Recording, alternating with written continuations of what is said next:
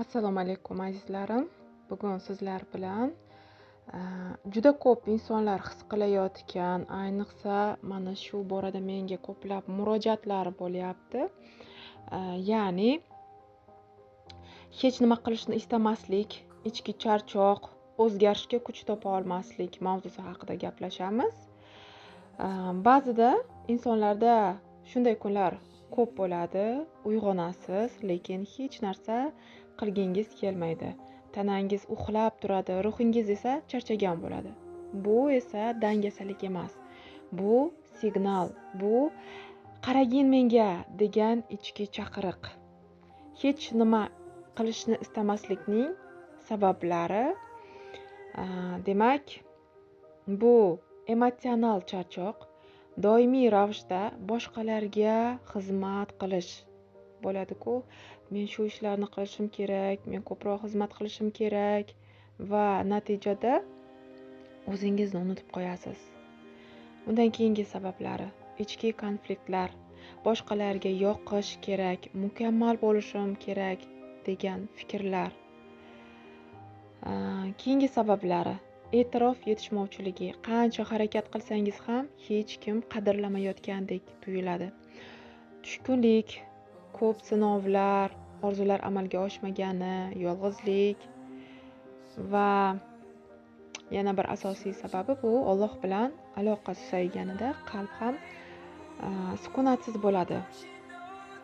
Bunday holatlar to'planib boradi va nihoyat siz endi hech nima qila olmayman degan holatga kelib qolasiz. Bilasizmi, ruhiy tushkunlikning eng xavfli jihati u sizni sekin-sekin o'z ichiga tortadi. Boshida faqat bugun hech narsa qilmay deysiz, keyin bu bir necha kunga aylanadi. So'ngra o'z qadringizga shubha qilishni boshlaysiz va sizda shunday fikrlar paydo bo'lishni boshlaydi. Men foydasizman, hech kimga kerak emasman, men hech narsaga yaramayman degan. Va bilasizmi, bunday fikrlar aslida haqiqat emas. Ular shunchaki ruhingiz charchagandagi shaytoniy vasvasalar. Sizning haqiqatda qanday inson ekanligingizni esdan chiqarmang. Sizda nur bor, faqat uni yoqish kerak xolos. Hech narsa qilgisi kelmayotgan inson nima qilishi kerak?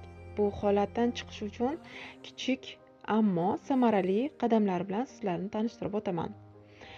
Birinchisi, ichki ovoz bilan do'st bo'ling. Har kuni o'zingizga bir savol bering. Bugun men nimaga charchadim? O'zingizga shunchaki javob berish bu tuzalishning boshlanishi. Harakatni minimal darajadan boshlang. Uyg'oning, to'shagingizni tuzing. Bu sizga men boshqara olaman degan signalni beradi. Har kuni 5 daqiqa piyoda yuring, 1 stakan suv iching. Qur'ondan bir oyat o'qishga harakat qiling. Keyingisi, istig'forni ko'paytiring. Astagfirulloh va atubu ilayh deb aytish bilan qalbdan og'irlik ketadi. Bu sinov emas, bu tozalanish. O'zingizga ruxsat bering. Har narsani tez tiklashga urinmang. Bugun faqat deylik, yashayotganim uchun ham, nafas olayotganim uchun ham men minnatdorman degan qarashni boshlang. Fikrlaringizga e'tibor bering. Men hech narsaga yaramayman degan fikrni to'xtating. O'rniga ayting: men hozir dam olyapman, lekin yana qaytaman. Bu vaqtinchalik.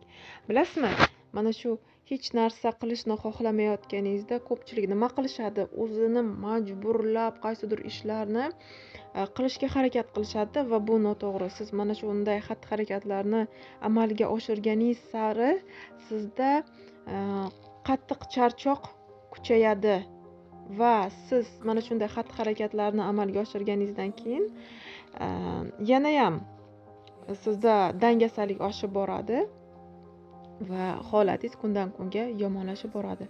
Va bunday holatda albattaki o'zingizga ruxsat bering. Har doimgidek hamma ishlarni qilib zo'r молодец bo'laman deb emas. Ya'niki mayli, men roziman, ruxsat beraman o'zimga, bugun kamroq ish qilib, demak, o'zimga dam beraman degan bir sizda fikr ham bo'lishi kerak va har kuni o'sha qiladigan ishlaringizni kamidan boshlaysiz. Endi oldinlari tez ko'p ishlarni qilgan bo'lsangiz, endi ma'lum bir muddatda o'zingizga shunaqa bir dam beringki, sekinroq qilishga ruxsat bering. O'sha ishlarni 10 ta yumushni bir kunda 10 ta yumushni bajargan bo'lsangiz, endilikda mayli o'sha 10 ta yumushni bajarmang, lekin 4 ta 5 ta yumushni qilsangiz ham sekinlik bilan bajarishga ruxsat bering. Mana shunda sizda inshaalloh qayta tiklanish holati yuz beradi. Inshaalloh bu sizga juda ham yaxshi yordam beradi. Demak, hech nima qilishni istamayotganingiz bu sizning xatoyingiz emas. Bu sizga berilgan ichki chaqiriq. O'zingni yana esla. Har kim charchaydi, har kim yiqiladi, ammo muhim narsa qayta turish. Tushunyapsiz-a? Va mana shu charchoqlik unutmang. Bu faqat sizga signal. Demak, siz o'zingizni unutib qo'ygansiz. O'zingiz uchun yashamayapsiz. Shundoq o'zingizni bir isloh qilib ko'ring. Haqiqatdan o'zingizni unutib qo'yganmisiz? O'zingiz haqida ko'proq g'amxo'rlik qilyapsizmi? O'zingiz nima xohlashingizni, nima istayotganingizni bilasizmi? Eslayapsizmi mana shu kunlarda? Men nimani xohlayman? Men nimani istayman? Va mana shunday savollarni bering. Qalbingiz nimani xohlayapti ko'proq?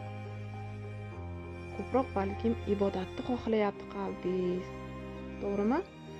Yo bo'lmasam yana o'zingiz bir xohlagan ishlar bilan shug'ullanishni xohlaydi qalbingiz. Endi qalb har doim shunday bekorga yaratilmaganda har bir inson, ya'niki har bir insonni bu hayotda o'zini qiladigan vazifalari bo'ladi va balkim siz mana shu vazifalarni qilishni xohlayotgandirsiz.